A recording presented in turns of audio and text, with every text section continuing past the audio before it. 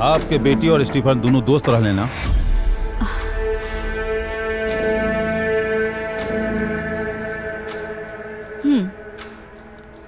बोली हाँ या ना? जी हाँ।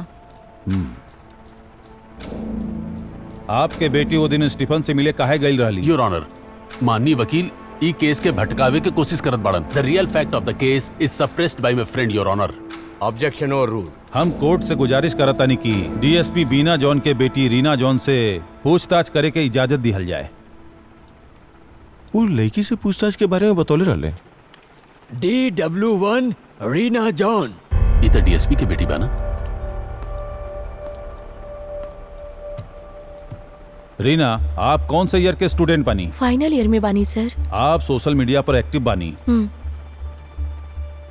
तू स्टीफन के कैसे जाना ताड़ू?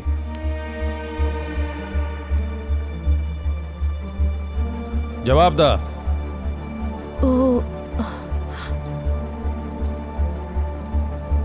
ओ सर। तो वो दिन स्टीफन से मिले खातिर वहां काहे गए रहलू? बतावा रीना। स्टीफन हमार इंस्टाग्राम फॉलोअर है।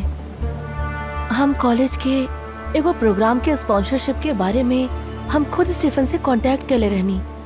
प्रोग्राम के बाद हमने दोनों अच्छा दोस्त बन गए रहनी और हमने दोनों करीब बनी था। हमरा एहसास भइल कि स्टीफन की इरादा ठीक नहीं थे।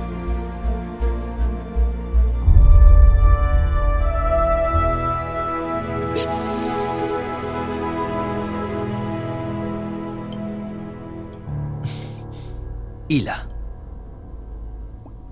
Reena, come on dear, please please Reena, come on Reena. तोर दिमाग में हमेशा ये सब चलेला? Reena Reena please please Reena. Stephen Reena छोड़ा हमरा। स्टीफन छोड़ा please. Reena come on Reena. Reena Reena come on please leave come on Reena. Reena come on Reena. Stephen I don't like this. Reena please, I really love you. I love you Reena. Reena come on Reena please. Reena please हमारी बात सुना please. Please हमारी बात सुना Reena. Reena please हमारी बात सुना। रीना हमारी बात सुना। हमारी बात सुना काहे नहीं तू? स्टीफन हाई हम तू हमरा के जानत नहीं खो। अबे तारा से अच्छा छले के लिए आइल बनी, समझ लो। तू जैसे ना जाइबू, तू जैसे कहीं ना जाइबू। स्टीफन तू हमरा के धोखा देला। तू जैसे कहीं ना जाइबू। छोड़ो, चुप करा, अपन मुंह बंद करा, समझ लो। तू जानत नहीं खो कि हम के हई। कहाँ जाते रू? कहाँ बच के जाइबू? जैसे भाग ना पाइबू तो समझ लड़ी चीचा।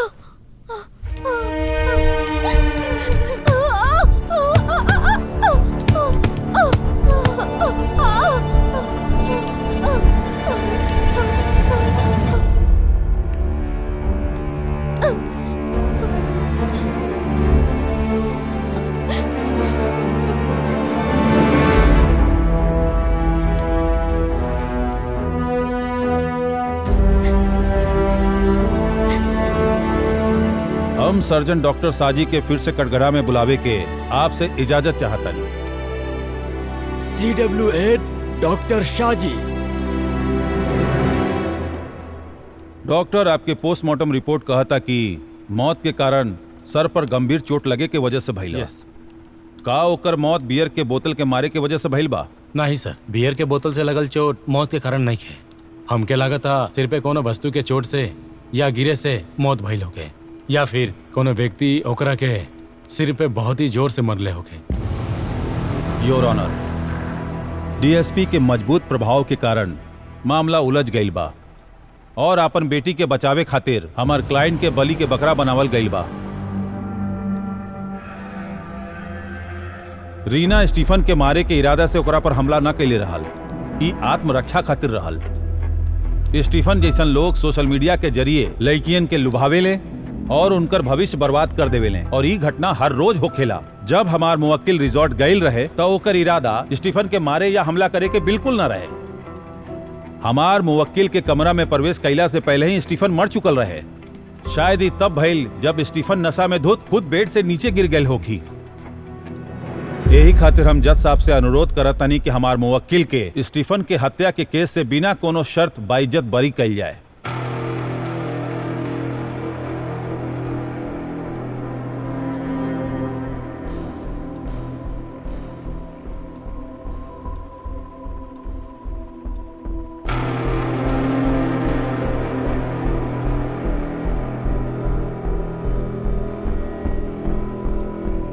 the prosecution miserably fails improving the charge framed against the accused.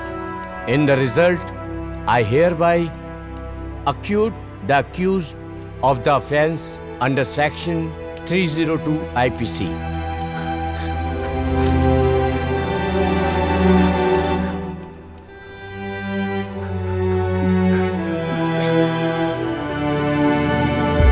Further, I hereby order that the Home Secretary of the state should conduct a departmental inquiry against the corrupt police officer involved in this case and punish them accordingly.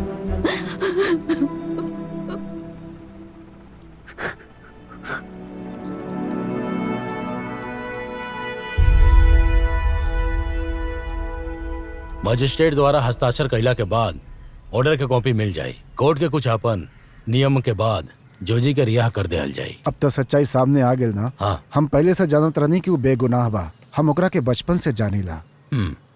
Muthu कुट्टी कहाँ बा? वो media के सवाल से बचे खातिर जोजी के इंतजार करत ताड़े। जोजी अब रिहा हो जाई। हमके जाके मधुकुट्टी के ही बतावे के होई। ठीक बा, हम तनी वकील से मिल ठीक के बा। बतानी। जोजी जल्दी ही आ जाई। देखा आ गई। बेटा, हम तो उसे कहले रही ना कि ईश्वर हमने के मुसीबत से बचा ले। पापा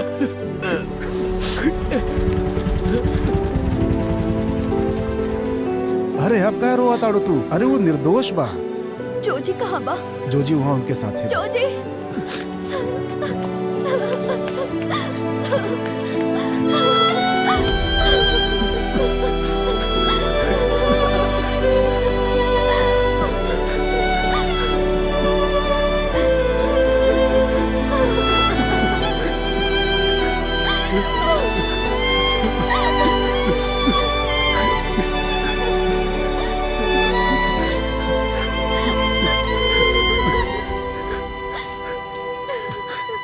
वकील सर, सर